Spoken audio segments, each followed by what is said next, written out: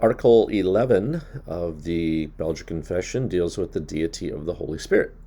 And it states, "We believe and confess also that the Holy Spirit proceeds eternally from the Father and the Son, neither made nor created nor begotten, but only proceeding from the two of them. In regard to order, he is the third person of the Trinity, of one and the same essence and majesty and glory with the Father and the Son. He is true and eternal God, and as the Holy Scriptures teach us." All right. So there's not a lot here in this particular article, but there are a number of things that we should take note of. First, just that the dynamics of his being are distinct. Um, he's not the same as the Son, who is eternally begotten, but he eternally proceeds from both the Father and the Son. Now, as you might know, that's been debated through the centuries, that the and the Son part, whether the Holy Spirit proceeds from the Father alone or from the Father and the Son. Our confessions and the Western version of the creeds confess that he proceeds from both of them, and I think there's good reason to believe that and confess that, biblically speaking, and we'll get there in a second. But that's the first thing to note, that the dynamics of his being are distinct. He proceeds from the Father and the Son. The second thing to note, which we have to always remind ourselves of, is that he is he and not it. And you can say that 100 times to yourself, and yet for some reason often I think we begin to think of him more as an it than as a he. And yet he is he. That means he is a person. He has a personality, or he is we the importance of his personhood is that we have a relationship with him. And that's the third quick thing that we want to talk about here. When we talk about Christianity being not just a religion, but it's about a personal relationship, we often or typically talk about that in the sense of it being a personal relationship with Jesus Christ. And it is a personal relationship with Jesus Christ, and yet that relationship that we have with God in Christ is specifically through the indwelling presence of the person of the Holy Spirit.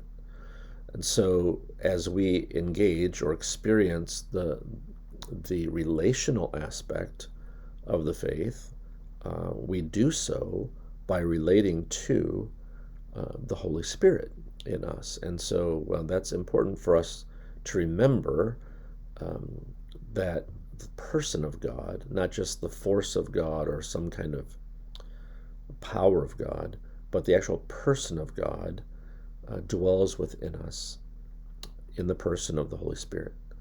And that means that the fullness of God dwells within us in the person of the Holy Spirit. And along those lines, I want to read one of the best passages on this, I believe, which is from John chapter 14. This is during the farewell discourse, the night that Jesus is betrayed, and he's giving his disciples a lot of information, and among that, or within that information, a lot concerning the coming and the work of the Holy Spirit. In John chapter 14, beginning at verse 15, it says, Jesus speaking here, "If you love me, you will keep my commandments, and I will ask the Father, and he will give you another helper to be with you forever, even the Spirit of truth, whom the world cannot receive because it neither sees him nor knows him." Now listen carefully. "You know him," this is the Spirit, "you know him, for he dwells with you and will be in you." You say, who are you talking about who dwells with us and will be in us? Well, the very next statement explains that, because Jesus says, "I will not leave you as orphans. I will come to you." So Jesus is talking about the giving of the Holy Spirit to be with them forever. But the Holy Spirit is the third person of the Trinity. And so as the Spirit comes, so comes Christ, and so comes the Father, as he goes on to say. Yet a little while, and the world will see me no more, but you will see me. Because I live, you also will live. And in that day, you will know that I am in my Father, and you are in me, and I in you.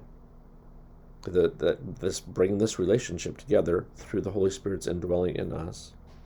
Whoever has my commandments and keeps them, he it is who loves me. And he who loves me will be loved by my Father, and I will love him and manifest myself to him. Then Judas, not Judas Iscariot, said to him, Lord, how is it that you will manifest yourself to us and not to the world? And Jesus answered him, if anyone loves me, he will keep my word, and my Father will love him, and we, that is the Father and the Son, we will come to him and make our home with him through the indwelling of the Holy Spirit. So the Holy Spirit is the third person of the Trinity, and with him comes the fullness of God, and our relationship to God is directly through him. So that relationship, it's our love to God through obedience to his word. That's what Jesus says. And then God's love to us through bringing us knowledge and assurance and peace. So returning to that illustration then that we talked about in the last article, that of Christ's eternal generation being similar to the light that has always been generated from the sun as long as the sun has existed. In divine terms then, as long as God has existed, which is eternally, God has always been generating the sun. That is the Son of God. And this illustration of the sun in the sky has long been used by the church as an illustration for the Trinity. Now, no illustration fully accurately portrays the Trinity, because there's a mysterious aspect of it that we can't comprehend currently, and nothing in this world fully illustrates that. However, the church has, since like the 4th century, often utilized that of the sun, that is the sun in the sky, that the Father is in some sense like the sun, eternally generating the light, which is the Son of God. But also then, as the light comes, it brings with it heat and the warmth that brings growth and fruitfulness. And so that warmth then essentially being likened to the work and the person of the Holy Spirit. Again, it's not a perfect illustration, but it is a helpful illustration, I think, in terms of those aspects of God's being and his actions toward us as we are in him.